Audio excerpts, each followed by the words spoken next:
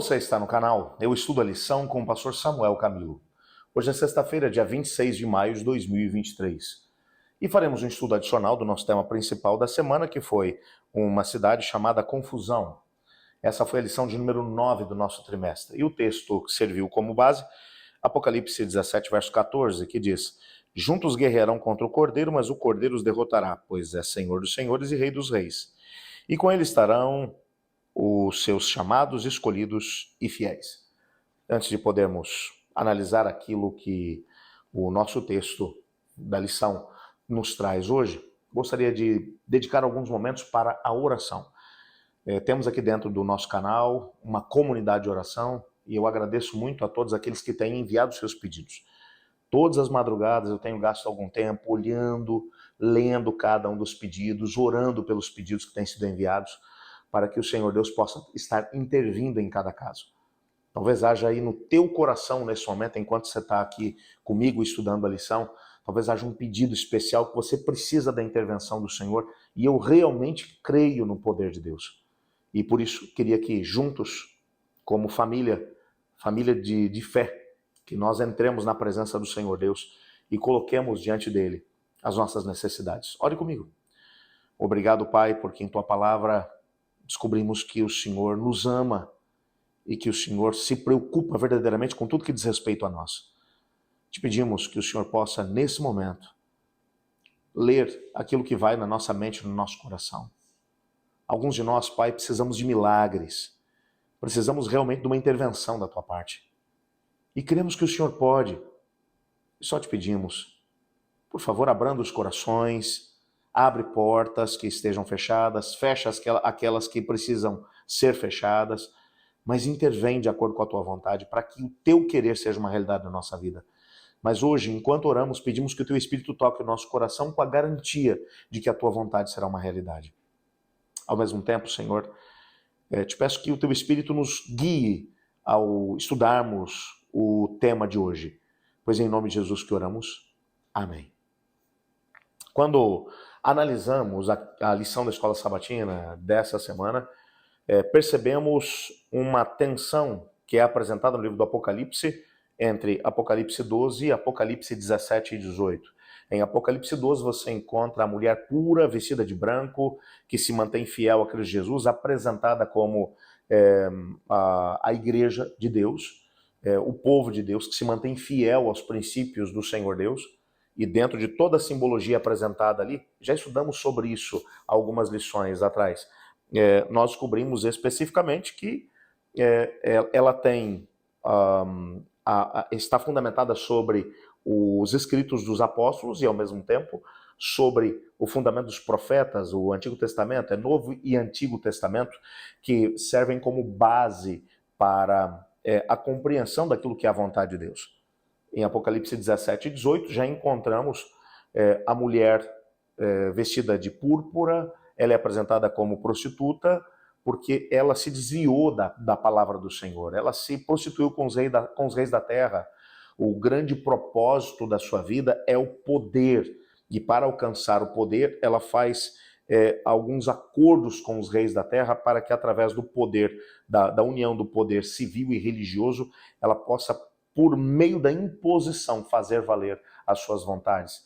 E através das suas vontades, na verdade, são as vontades do dragão, ou seja, do inimigo de Deus, de Satanás, que está sendo colocado em andamento no nosso planeta.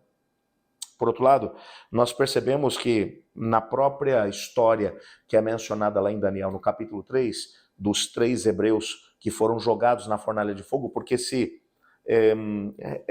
recusaram a adorar a imagem que Nabucodonosor levantou na planície de Dura, e que foram protegidos por Deus da fúria do rei Nabucodonosor, e como toda essa situação foi transformada num jeito de poder colocar Deus em evidência, através daquilo que vai estar acontecendo exatamente no tempo do fim.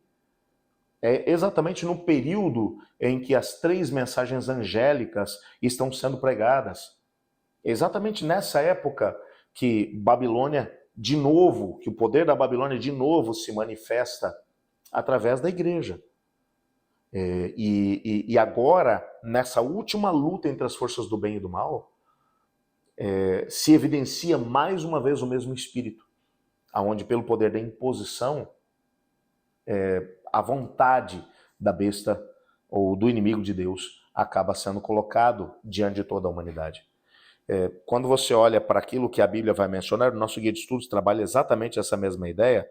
2 dos mandamentos de Deus foram atacados pela igreja no período da sua apostasia.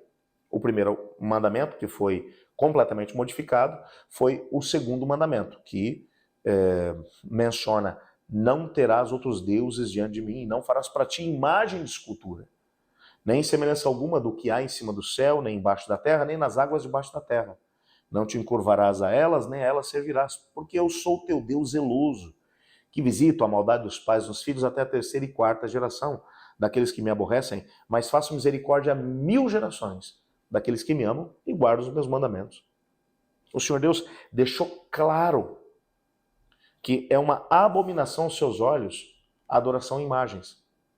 Então, não apenas os deuses do mundo greco-romano, do período em que a igreja sofreu aquele sincretismo com o paganismo na época de Constantino, não apenas os deuses greco-romanos receberam uma roupagem cristã agora, seus nomes foram modificados para o nome dos apóstolos e, ao mesmo tempo, as suas características foram transferidas para as características dos apóstolos, e agora a veneração às suas imagens foi colocada diante dos adoradores. E você começa a perceber em todas as igrejas católicas, apostólicas, romanas, as imagens sendo veneradas.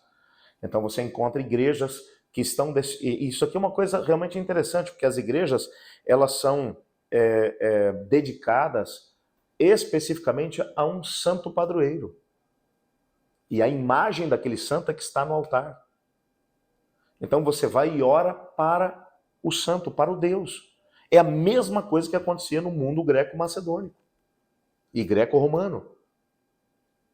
Mas não apenas o segundo mandamento foi atacado, mas também o quarto mandamento, que vai dizer especificamente: lembra-te do dia de sábado para o santificar. 6 dias trabalharás e farás toda a tua obra. 7º dia, o sábado, Senhor teu Deus. Não farás nenhum trabalho, nem tu, nem teu filho, nem tua filha, nem teu servo, nem tua serva, nem o teu animal, nem o teu estrangeiro está das suas portas para dentro. Porque em 6 dias fez o Senhor o céu, a terra, o mar e as fontes das águas. Mas no 7º dia descansou, portanto abençoou Deus o dia de sábado e o santificou. O sábado foi guardado até a época, até por volta do ano 321, quando uma lei foi estabelecida pelo Estado. Lembra da união da igreja com o Estado? A mesma característica da Babilônia. Quando essa união acontece, a primeira lei dominical é estabelecida, onde o dia de guarda passa a ser oficialmente o domingo, porque foi o dia em que Jesus ressuscitou.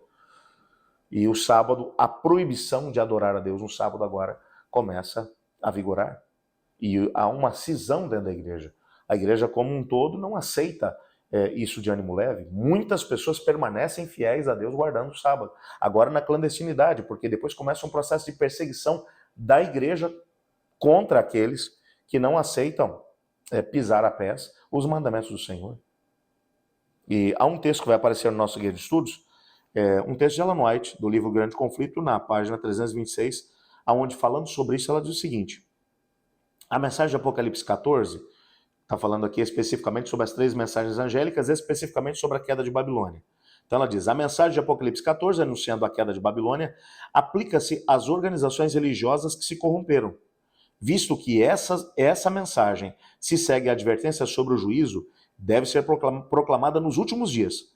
Portanto, não se refere apenas à igreja de Roma, pois essa igreja tem estado em condições decaídas há muitos séculos. Não se aplica apenas a Roma, se aplica também a quem?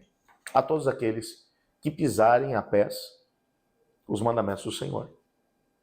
Inclusive os 2 mandamentos que foram pisados pela igreja romana: a adoração a imagens e a quebra do 4º mandamento, que é o sábado. Quando olhamos para isso, e a Bíblia é muito clara a respeito desse tema, o elemento que vai distinguir o povo de Deus no tempo do fim. Nós vimos isso em Apocalipse capítulo 12. Aqui está a perseverança dos santos, os que guardam os mandamentos de Deus e se mantêm fiéis ao testemunho de Jesus. Quando você olha para isso, não tem como fugir. A característica marcante é obediência aos mandamentos do Senhor. A imagem da besta ainda não foi formada, mas muito em breve será. E quando isso acontecer, então haverá uma linha divisória entre aqueles que se mantêm fiéis a Cristo e aqueles que seguem o caminho da besta. Qual será o caminho que será seguido por você? Para responder essa pergunta, você terá que, obrigatoriamente, responder a uma outra. Hoje, enquanto ainda vivemos tempos de paz, você tem sido fiel ao assim diz o Senhor? Você tem vivido com comprometimento com Deus e com a sua palavra? Ou você tem feito parte daquele grupo que tem dito, a Bíblia tem que ser atualizada, a gente não pode levar tão a ferro e fogo aquilo que está escrito na Bíblia. A Bíblia continua sendo a palavra de Deus. Tem que ser a nossa única regra de fé e prática. Portanto, se você quer viver firme nos tempos que estão à nossa frente, hoje você precisa continuar sendo fiel a Deus. Eu espero que Deus te acompanhe nesse dia e que você se mantenha fiel ao testemunho de Jesus, bem como guardando os mandamentos do Senhor, em todas as situações que se colocarem diante de você. Não se esqueça, eu estudo a lição. E você?